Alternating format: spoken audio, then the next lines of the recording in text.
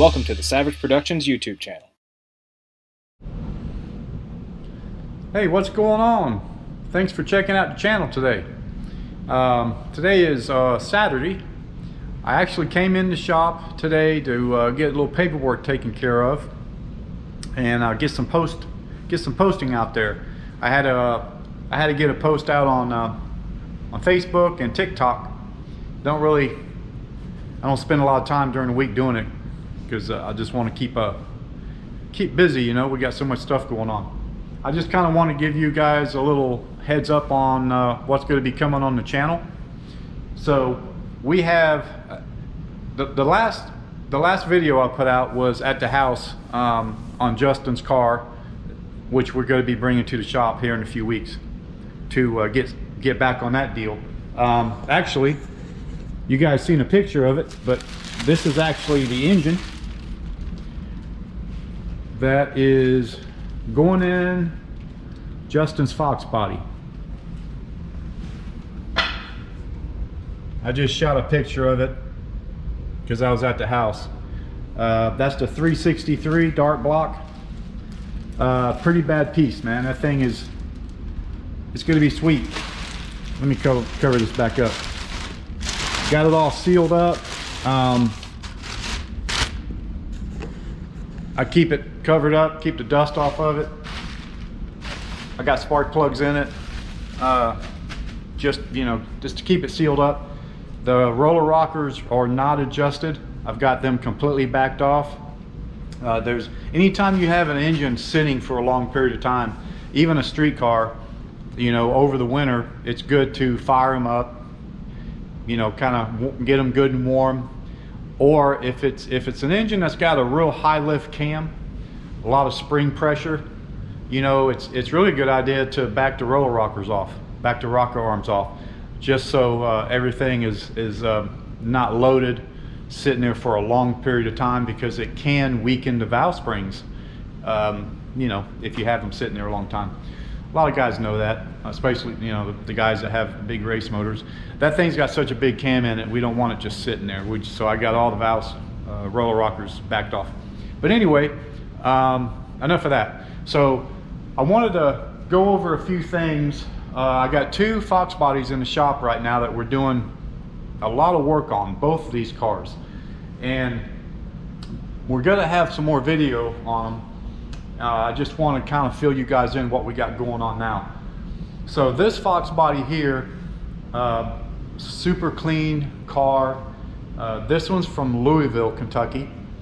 And the owner of this car, he had this car, he actually owned it years ago, long time ago he owned this car. Well, he was looking for another Fox body, another black Fox body. He found this one and bought it, and then realized it was his old car that he had years ago. He didn't even know that it was his car at one time. He didn't buy it from the guy he sold it to. He bought it from somebody else that bought it from the guy that he sold it to, if that makes sense to you. But anyway, it didn't run so good. Very bad vibration in it. So he brought it here to kind of get checked out. So it turned out the crankshaft was destroyed. I'm not sure, but I didn't really go into it. When we pulled the motor out and took it apart, I think it had a wrong flywheel on it. I didn't go into detail. I didn't really check it out any further than that. We just knew that it was damaged, the crank was damaged, and it was ate up pretty bad. So we're doing a 347 build on this. It's going to be pretty sweet, let me tell you. We're doing a Holley high ram on it. We're doing AFR Renegade 195cc heads. We're doing a nice big cam on it. It's going to have a Holley Terminator X system running it. We're doing a fuel system to feed the power, and all the supporting mods. It's going to make well over 500 horsepower. It's going to probably be twisting up around 7,000 RPM, 68 to 7 is where we're shooting for. So I'm actually doing the stud girdle for the rocker arms on this. It's going to be AFR You know, they make a nice stud girdle. It's the same one that we put in Justin's. I don't want to have to break it out of the box, so I'll just show you this one because these valve covers are not bolted down. They're sitting on here. If I can get them off. Okay, so I've got them, you know, loosened up, of course, because I've got all the rocker arms. So these are the Renegade, AFR Renegade 205 heads is what we're running on this one. That 347 is going to be the 195cc Renegade heads. So we're using the same roller rockers as we're using on this one. They're Scorpions. And then we're going to be using Airflow Research stud, I'm going to call it a stud girdle. It's a rocker arm girdle. And let me put this back on.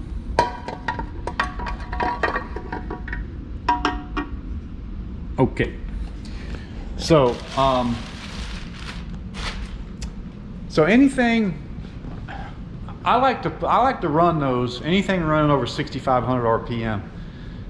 6,500 to me is about the tops that you want to run RPM wise without putting a girdle on there. You can run them, you know, up higher. It's really good to control valve train, you know. So it's just a good idea since the motor's going to be twisting up that high. It's just good to put those on there. Anyway, so that's what's going to be going in this deal. It's going to have a 7-quart oil pan. It's going to be all the good stuff, you know. With the intake that we're putting on it, you know, it's going to need a good fuel system. So we're definitely doing a good fuel system. I'm running, I want to be using 4 Innovations fuel lines, the fittings, their fuel regulator, the gauge, you know, basically everything 4 Innovations except the fuel pump, of course, and the pickup that's going in the tank. You know, I got different fuel injectors going on it. It's going to be a nice piece. Since it's going to be the Holley running it, we don't need a mass airflow sensor. They just basically work off of a map sensor and wideband O2s. So that's what we're going to be on that deal. We're going to run an Anderson Motorsports power pipe on this one. So I kind of wanted to show you what I've done so far. The engine, you know, since the engine is going to be such a sweet piece, it's going to be, you know, it's going to look really nice. The engine compartment was pretty nasty, you know. It was just had a lot of dust and dirt that they normally get collected. So we took everything out of the engine compartment. We took everything out, all the wiring harness. We obviously took out the engine wiring harness, which comes up through there. I don't know if you can see that hole in that corner. We obviously took all that out because we're not going to be running that now. We're going to be running the Holley. So since we had that out, we went ahead and removed everything else.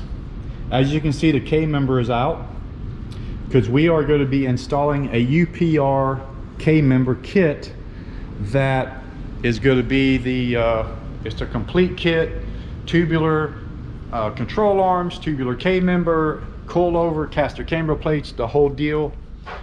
This is actually it sitting here because it's ready to go in. That's just a K-member. All the other stuff is laying over here. I've already kind of taken them out of the box and I just sat them back over here in the corner. Those are the springs, coilovers, bump steer kit, you know, everything. It's a complete kit. I'll leave a picture. I'll leave a picture of the complete kit right now.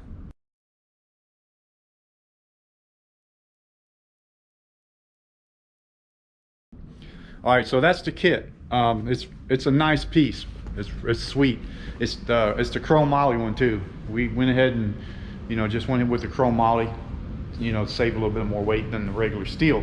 So anyway, that's why we decided to do this, you know, and the customer wanted us to do this. So the original headlight harness that runs in here and that plugs in, you know, right here, and then this is the other original harness that's going to stay put.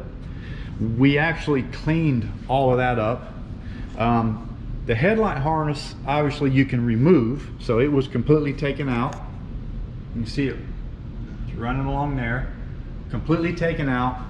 I basically clean these with a soft bristle brush and some all-purpose cleaner. And once it's dry, then I spray it with a detailer silicone. It's really just a spray silicone, but it's designed for, you know, interior and exterior parts, and it dries. It's almost like a clear coat, but it's more of a silicone base. And you spray it on and just let it dry. And once it dries, it stays that way for a very long time, man. I mean, you don't really want to put water on it and soap, because eventually it'll wash it off. But when you do a build like this, you're not planning on driving this thing in the rain. He's not going to drive it in the rain.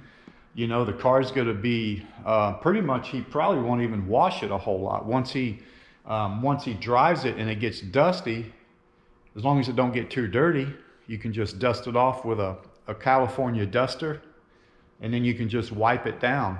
You know, my car hasn't seen a water hose in years, because when I drive it, you know, it'll get dusty somewhat, right? And what I do is, if it's not too dusty, I get a bucket of water and I'll fill it up with water, and I'll put 2 or 3 little drops of soap, just a couple drops. I'll mix it up by hand so it don't get sooty, and then I'll use that with my wash mitt to wash like a panel. I'll do a half a hood and then I'll dry it. I'll do the other half a hood, dry it, and then I'll just keep doing that. Once the water gets dirty, I rinse it out. I'll put fresh water in it, a couple drops of soap again, and continue. And you can wash the whole car that way without damaging the paint, as long as you don't have sand on the paint, you know. If you have a lot of sand that gets blown on there, and you have a good finish on the paint, you know, something to protect it, you can use a California duster just to wipe all that stuff off. And then you can go back and then just hand wash it like that. And that keeps a lot of the water out of the crack and crevices and all that. But if you do wash it with a water hose, you only got to get a very small amount of water in here. And then what I normally do is I'll use my chamois to wipe everything down inside. My engine compartment looks as clean as the outside of the car just because of that. I just keep it wiped down with a damp chamois, and I'll keep cleaning the chamois as I go so I don't scratch any of the finish. So by doing that, you'll keep this engine compartment looking just like this. I mean, it'll look just like this. If you go back and check the last video, you'll see Justin's engine compartment without the engine in it, of course. And it was dusty from it sitting a long time, but that's what I did. I just used my chamois and just wiped it down and kept the chamois clean. And that engine compartment's been like that for years, and it still looks brand new. So, but anyway, that's just a little tech tip. But anyway, that's kind of what we wanted to do with this deal. So it would look nice, you know. While we had those are the factory brake lines that came in this car. Now they were really dirty, but I got a Scotch-Brite pad and I cleaned them up with a Scotch-Brite pad. That's all I did. Just cleaned them up with Scotch-Brite pad, and then I re-wiped them, and they look brand new. I mean, they really came out good. If they would have been in really bad shape, we would have just replaced them, but we didn't need to. This had been replaced before, so I cleaned it up and put it on. I repainted the bracket for the coral, and then he had this coral, and I cleaned it up too. It was real nasty. I cleaned up the proportioning valve, cleaned up these brake lines with Scotch-Brite pad. You know, this right here still got a little surface rust on it, and you know, I didn't really want to spray paint and get all this discolored, so I've got some black paint, and I'm going to actually paint this with a brush is what I'm going to do. So I just got it sitting in there right now, but I am going to end up painting that with a brush, just so it doesn't look like it, you know, it's got surface rust, which you can't even hardly see that. Once the master cylinder's in and everything, it'll cover that up. But that's pretty much it. The Anderson Motorsports power pipe is obviously got to go through here. You know, we run the power pipes and that's going to look really sweet. So this is going to be a nice looking build. So we're going to have more video on this car as we're building it. You know, it's got a cow hood on it. The interior is really nice on this car. See if the doors, here we go. So it's got red interior, but you know, it's really in good shape. I think I don't know if he has new seats for that. I don't remember if he does or not, but yeah, so here's the engine, or I should say the crankshaft. The block is right here. It's already painted. And I've already checked clearances on the main bearings. This one actually is going to have, it's in this box right here.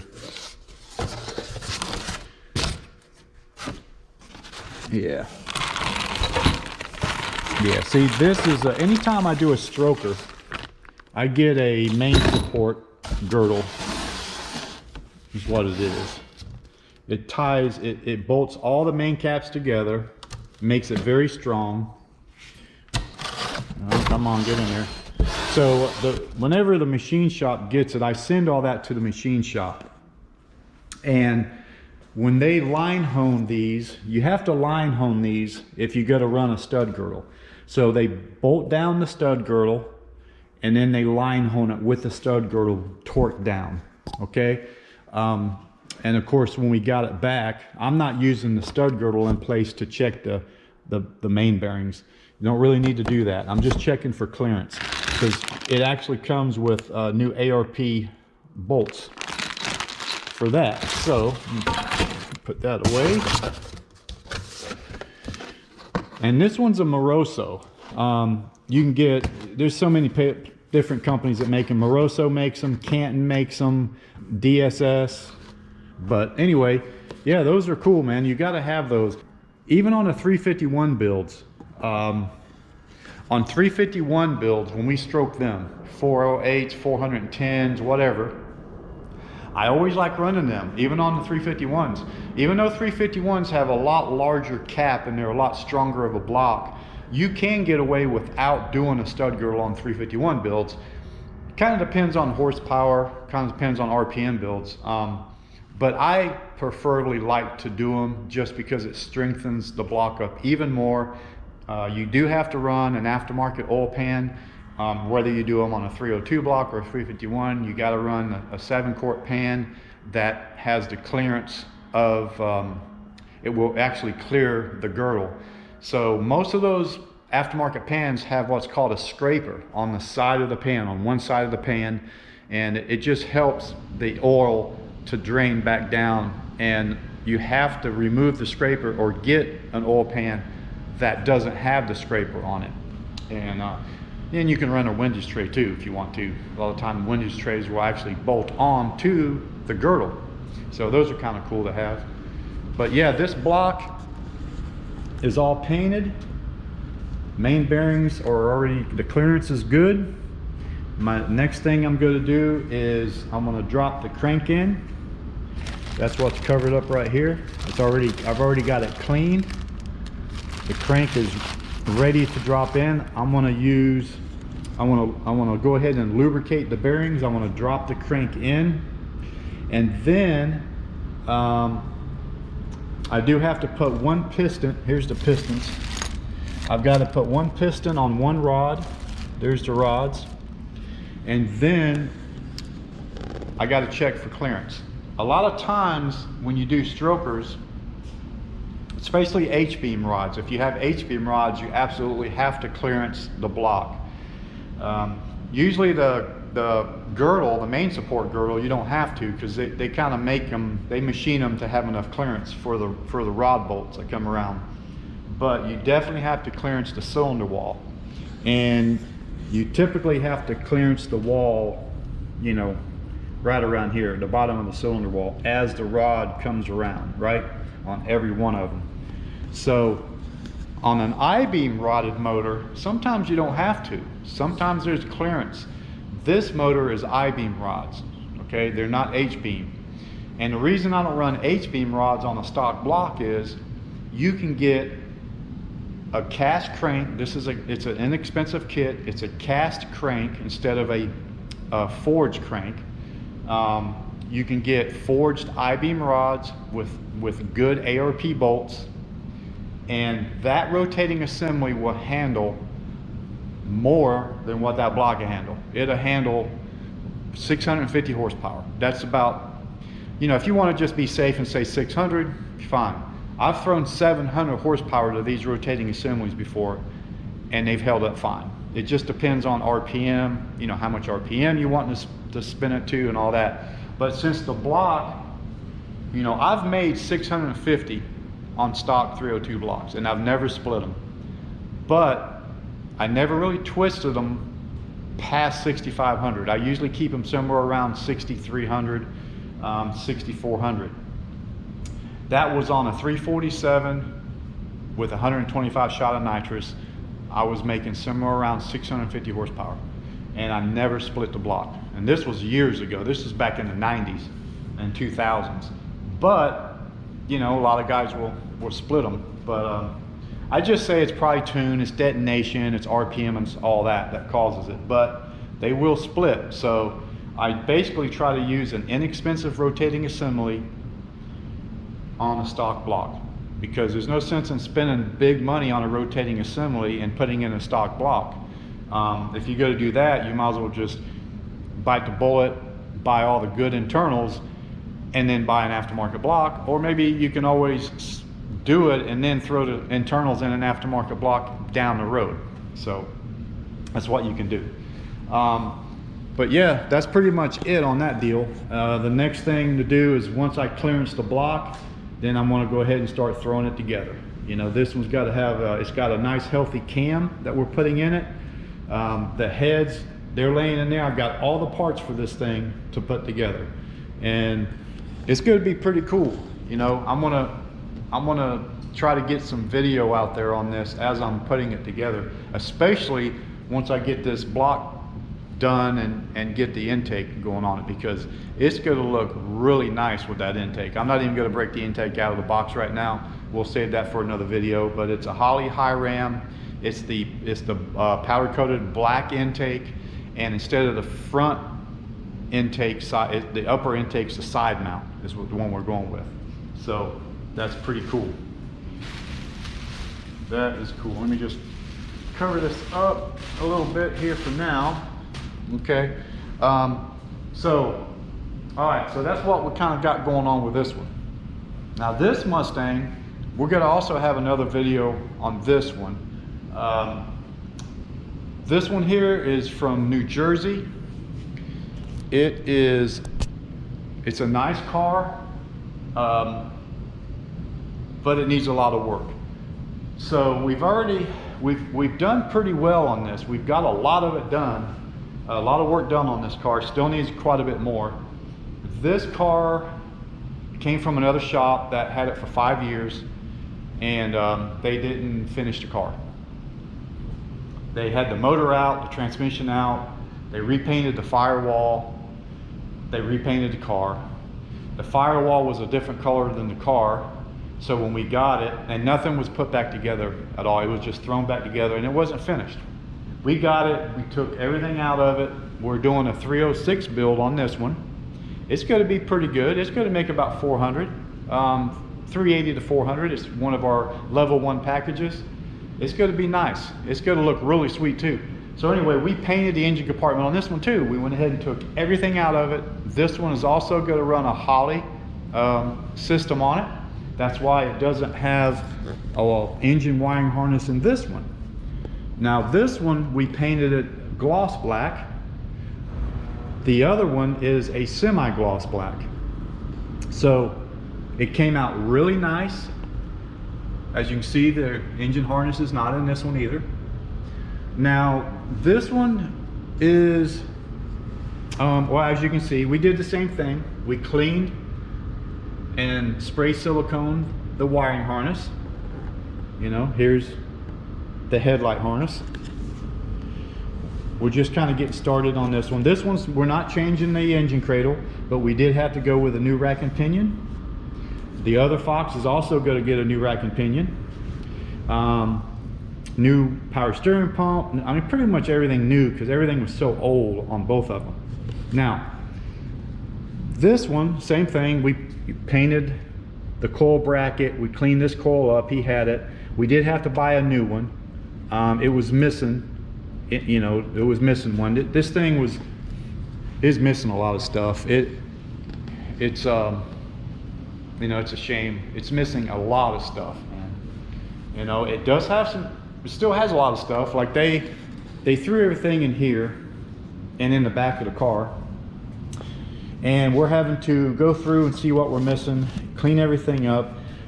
The AC compressor, accumulator, the lines and everything are just left completely wide open. The compressor, there's nothing. Whenever I take AC systems off of cars, when I build them, I seal them up. I seal the AC compressors up. I seal the AC lines up. I seal the evaporator up. I mean, it's one thing to get moisture and air in there. That's not a problem, because you vacuum them down. When you put an AC system together, when you put a vacuum pump on them and you vacuum them down, that's what draws all the moisture and the air out of them. That's why you vacuum them down. The problem is when you have these parts sitting out for a long period of time, like 5 years, and they're not sealed, the dust and the dirt that is all over this car, because it was at a body shop, it's all inside it's unbelievable. The AC compressor is completely full of dust and dirt inside the open ports, right? The lines are too. So it's missing a condenser. That's one thing it's missing. The condenser is not with the car. But man, I don't know if we can use the AC compressor. I'm afraid, it's one thing, the lines, sometimes you can blow the lines out, but the compressor, it's just, we're taking a chance if we use it, if it's going to be any good. It's like an engine. It has to stay clean inside. So honestly, most likely we're going to have to change all that. We're going to have to put a rebuilt compressor and all that stuff, which it's unfortunate. But anyway, this car, they had already did a 5-lug conversion, SN95 style. We kind of we had to fix a bunch of stuff. We had to put new hoses on. There was no hoses. The calipers were left wide open, so I'm afraid that the calipers are going to be dirty inside. So we did get new hoses. We got them put on. We've got them already attached to the brake lines. These brake lines they took all this stuff out when they painted, and then they kind of put it back in. So we had to take it all back out again, but the brake lines were just bent all to hell. We straightened them up about as best as we can. We did clean them. They're going to be fine. Everything's hooked up already. We ended up doing a disc brake conversion on the back. We've got that all. We basically trial fitted everything. Everything fits perfect. We took it all back off for now. We're going to put them back on. We measure. We got to do. Only thing we got left to do is the brake lines from the hose to the center of the rear end, where the other hose goes from the body down. We got UPR bracket, and we got new 5-lug axles. So all that's already done. And the calipers and the calipers and the brackets and the rotors are right here. These basically when I do a 5-lug conversion, I do everything. There's two ways of doing it. You can either do Wellwood 5-lug conversion, Wellwood brakes, an aftermarket setup like that, which is the way I prefer to do it, but they cost a lot of money to do that. The other way of doing it is you can go with factory replacement stuff. Like these rotors and these calipers are off of a 1994-95 Mustang Cobra. That's basically what they are. You can get these calipers rebuilt. I got these, they're remanufactured calipers from AutoZone. You know, you can get them. They have to order them, but you can get them. And then we paint them. They're all brand new. They're completely built. Of course, we have to pay the core charge on them because we don't have calipers to send back, right, for a core. But they come painted silver, but we painted them black. You know, they come basically ready to go on. And then you can get them with or without the bracket, right? So we needed the brackets. So we got the ones with the brackets, and then we painted them. So they look really nice. And then cables, you need parking brake cables because your stock cables are not going to work for the drum brakes. So I got parking brake cables for 94.95 Cobra. You know, that's it. You can get these rotors in either a vented, okay, or a single. It's a solid, right, with no vents. The solid ones usually came on the GTs. The vented ones came on the Cobras. We went ahead and got the vented ones. Now, the front, they went and did an SN95 style, right? This is Cobra calipers, the big different spindle and all that, which is fine. You know, that's the way a lot of guys do it. That's the way, you know, that's salvage yard stuff, right? So they went and got that off of a used car. Whether they rebuilt them, I don't know. They painted the calipers. They need to kind of be touched up a little bit. We got to touch them up before the car rolls out of here. I don't know if they rebuilt them or not. You know, what I would have done, if I want to do an SN95, yeah, maybe we'll get some spindles somewhere. But I would do rebuilt calipers and brand new rotors. I don't do used stuff.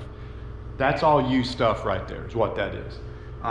You can get rebuilt calipers. If you want to go, let's say you want to do a 94-95 Cobra caliper, there you go. You can get a rebuilt one from AutoZone or O'Reilly's or wherever.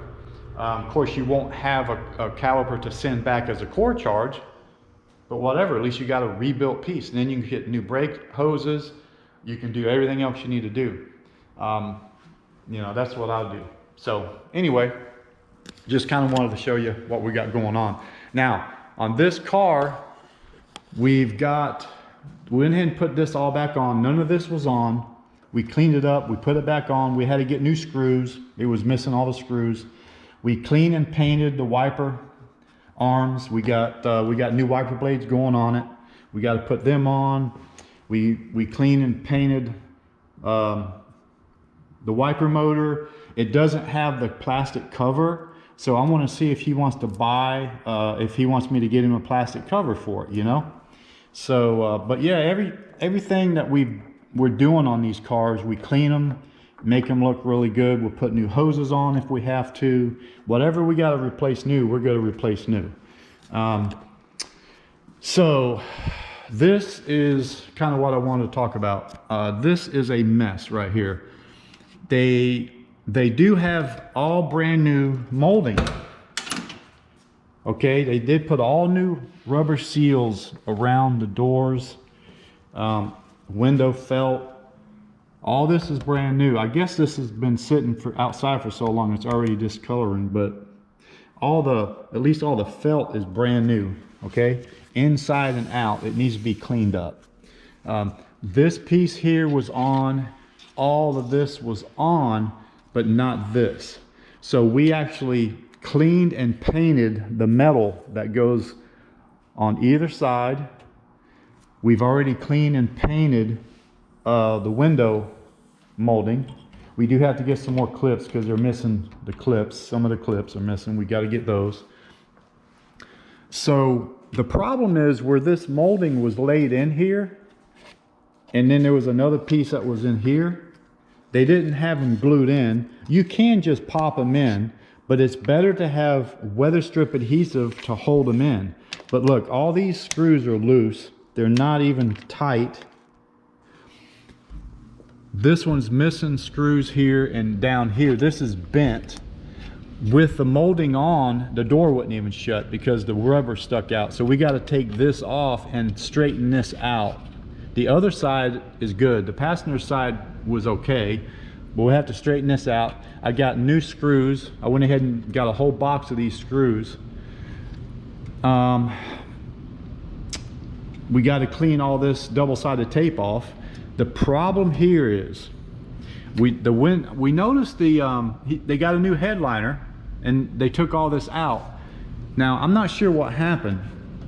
Anyway, on these T-top cars, okay, this is what's happening here, right? These are pop riveted on and they're sealed. Underneath, I don't have a light, but there's these T-top cars have a nice big cage that wraps around the inside to support the roof to the front of the car. And then you have this outer section that is attached. So you have an inner section and then this outer section. Well, we have to take this outer section off because it's not even sealed. I don't know if this has been out of the car. I'm not sure if the other shop that had it took this out of the car. I don't know the history with it. It doesn't look like they took it out, but I'm not sure. But anyway, I can put a flashlight right here and I can see the light coming through on the inside. And I can even here. So maybe that's why they were changing the headliner. Maybe this T-top was leaking and it destroyed that. So we got a little work ahead of us. We're gonna have to be real careful. We got to drill out all the pot rivets. There's even some here. And then we have to remove the whole top section of this T-top.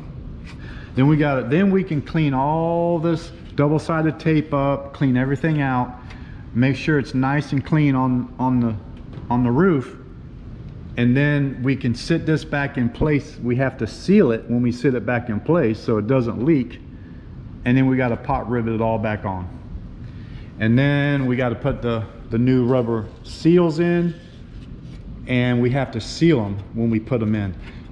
This seal was coming out right here, and then the other seal comes up and meets it.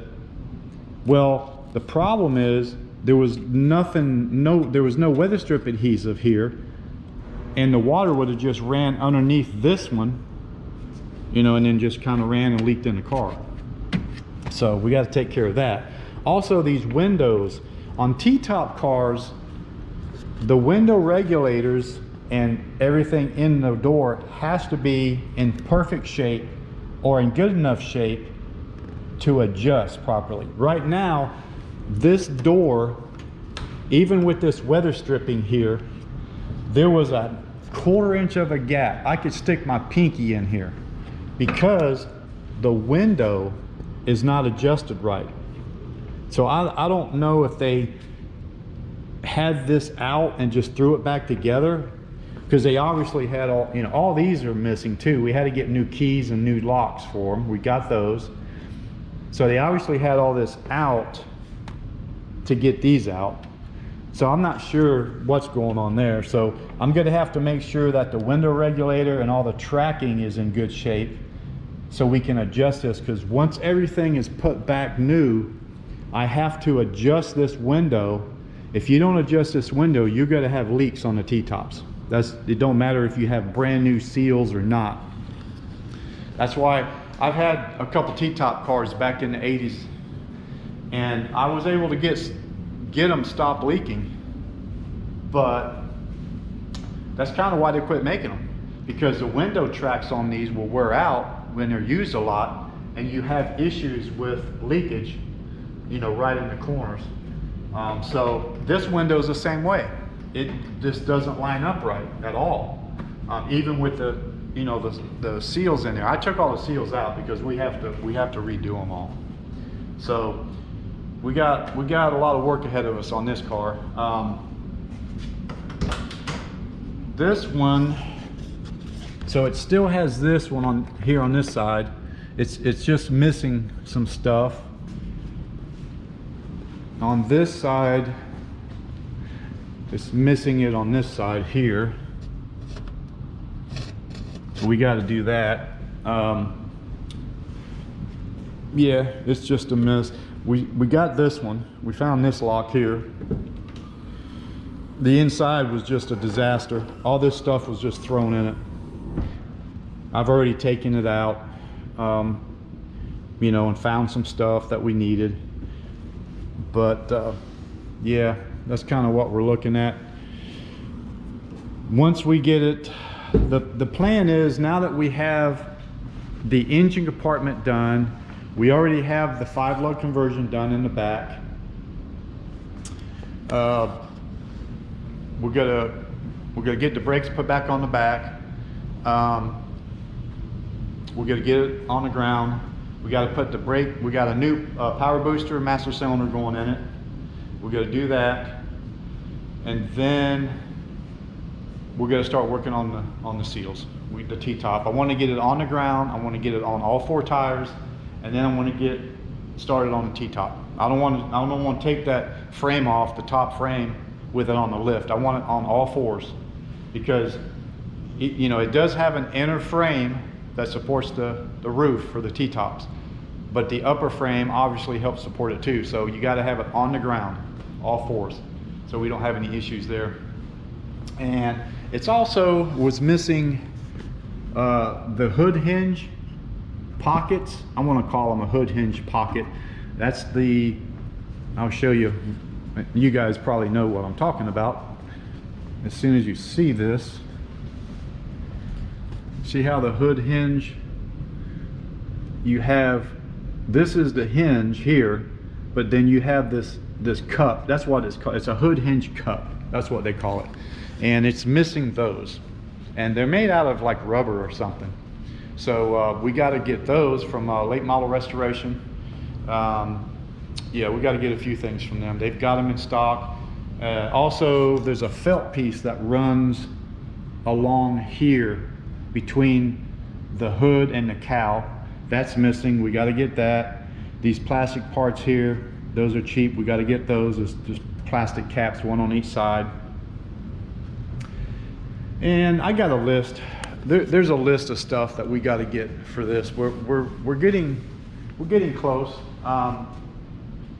You know, we're getting close. It's just a lot of work. I hate to, you know, work on a car like this, because man, it eats up so much time trying to figure out what's missing and what's not, and then having to order the stuff that's missing. So, but it's going to be nice. You know, it's going to be a nice car when it's all done, for sure. He's got Cobra wheels. Let's see, 2 of them I've got in my storage, and the other 2 are right here. The Cobra wheels going on it, so that's going to be cool. Let me shut this door. All right, so anyway, keep a lookout, you know, for these 2 videos. I've gone long enough, almost 35 minutes. Shit. So yeah, I'll go ahead and cut it off here. So keep a lookout. We're gonna do some video on this one. We haven't really did any video working on it, but the next thing we're gonna do on this is put the UPR K-member in, and you know, caster camera plates, coilovers, and all that deal. We're gonna get all that in there, and then we're gonna start on the fuel system. So once the fuel system is in, I should have the motor put together, ready to drop in, and then we'll drop it in. On the other one over there, once we get it on the ground, we're gonna do the seals, like I was saying. The machine shop still has the engine, so that's probably, I won't probably get that back for, you know, another, at least a few weeks, maybe a month, because they're so busy.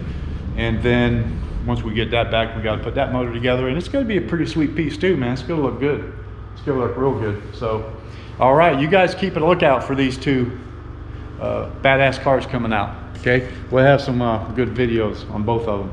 All right. Well, I do appreciate y'all checking this video out. I've gone long enough. I'm gonna get on out of here. It's getting late, and I'm gonna call it a day. All right. We appreciate it. You guys have a good one, and we'll see you on the next video.